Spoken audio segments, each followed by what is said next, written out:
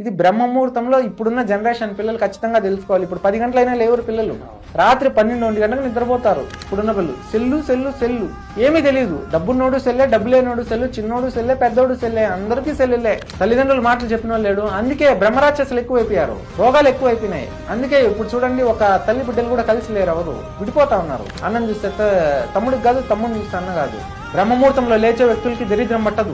బ్రహ్మముహూర్తంలో లేచే వ్యక్తులకి అశుభాలు జరగవు, అపజయాలు ఉండవు, కేవలం విజయాలే ఉంటాయి. వారు ఒక అడుగు ముందేస్తే 10 అడుగులు ఎగిసెగిసి పైపోతానే ఉంటారు, కానీ కిందకు రారు. బ్రహ్మముహూర్తంలో ఎవరైతే లేస్తారో వాళ్ళు దైవత్వానికి దగ్గర వెళ్తారు, మోక్ష మార్గానికి, ముక్తి మార్గానికి దగ్గర వెళ్తారు. జీవితంలో ఒక క్రమశిక్షణ ఉంటది. ఉదయాన్నే 3:30 నుంచి 5 గంటల వరకు ఎవరైతే లేస్తారో వారి యొక్క నాడీ వ్యవస్థ అనేది జ్ఞానం పెంపొందించడానికి ఒక ధ్యానం కానీ చేసినా, లేకపోతే భగవంతుని ఉపాసన చేసినా, భగవంతుడి కోటి రాయండి, నారాయణ కోటి రాసుకోండి, రామకోటి రాయండి, భగవంతుని శ్లోక శాస్త్రాలు చదవండి, అమ్మవారిని పూజించండి, మీకు ఇష్టమైన దేవుని పూజించండి, పరమేశ్వరుని పూజించండి, విష్ణుదేవుని ఆరాధించండి, బ్రహ్మదేవుని ఆరాధించండి, ముక్కోటి దేవతలను ఆరాధించండి.